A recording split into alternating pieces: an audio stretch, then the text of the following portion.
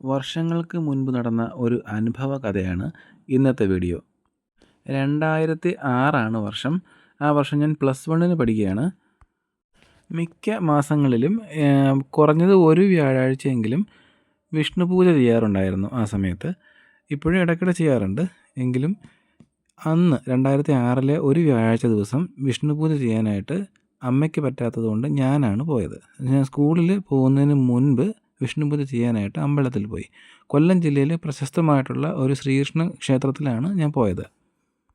ബസ്സിറങ്ങി അമ്പലത്തിലേക്ക് നടന്ന് അമ്പലത്തിൻ്റെ പ്രധാന മതിലിനോട് ചേർന്നുള്ള ഒരു ഗേറ്റ് തുറന്ന് കിടക്കുകയാണ്, ഒരു ഗേറ്റ് അടഞ്ഞു കിടക്കുകയാണ്. നല്ല തിരക്കുണ്ട്, വ്യാഴാഴ്ച ദിവസമല്ലേ.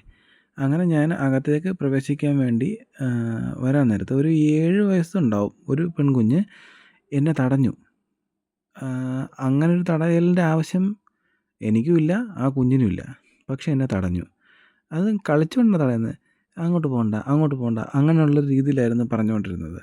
അപ്പോൾ ഞാൻ അയ്യോ ഇതെന്തോ ഈ കൊച്ച് ഇങ്ങനെ കാണിക്കുന്നത് എന്നൊക്കെ ഇങ്ങനെ ഓർത്തു. എന്നാൽ പിന്നെ ചെരുപ്പ് അങ്ങോട്ടൊന്ന് മാറ്റിയിട്ടിട്ട് വരാമെന്ന് ഓർത്തിട്ട് ഞാൻ അങ്ങോട്ട് പോയി.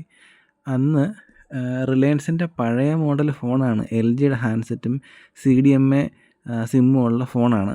ആ ഫോണിൽ അന്ന് എല്ലാവർക്കും ഫോണില്ല. അപ്പോൾ എൻ്റെ അമ്മ ജോലി ചെയ്യുന്ന സ്ഥാപനത്തിൽ നിന്ന് ലാൻഡ് ഫോണിൽ നിന്നും എൻ്റെ ആ ഫോണിലോട്ട് എനിക്ക് കോൾ വന്നു. ആ കോൾ വന്നത് എന്താണെന്ന് വെച്ചാൽ എൻ്റെ അച്ഛൻ്റെ ചേട്ടൻ മരിച്ചു എന്നുള്ള വാർത്തയായിരുന്നു വന്നത്. അപ്പം അന്ന് രാത്രിയാണ് പുള്ളി മരിച്ചിരുന്നത്. അത് നമ്മൾ അന്നേരമാണ് മരിച്ച വിവരം നമ്മൾ അറിയുന്നത്. അപ്പോൾ ആക്ച്വലി അതൊരു രക്തബന്ധമാണല്ലോ. അപ്പോൾ അങ്ങനെ രക്തബന്ധത്തിലുള്ള ഒരാൾ മരിച്ചു കഴിഞ്ഞാൽ അമ്പലത്തിൽ പ്രവേശിക്കാൻ പാടില്ല എന്നാണല്ലോ. അപ്പോൾ അത് ദൈവം മനസ്സിലാക്കി ആ കുഞ്ഞിനെ കൊണ്ട് എന്നെ അകത്ത് കയറ്റിച്ചില്ല എന്നുള്ളതാണ് അത്ഭുതകരമായിട്ട് തോന്നിയത്. പക്ഷേ ഈ അറിഞ്ഞതിന് ശേഷം ഞാൻ ആ ഭാഗത്തേക്ക് നോക്കിയപ്പോൾ ആ കുഞ്ഞിനെ കാണാനും ഇല്ലായിരുന്നു. ഒരു പക്ഷേ നല്ല ഐശ്വര്യമുള്ളൊരു പെൺകുഞ്ഞ്, ഒരു 7 വയസ്സുള്ളൊരു പെൺകുഞ്ഞ്.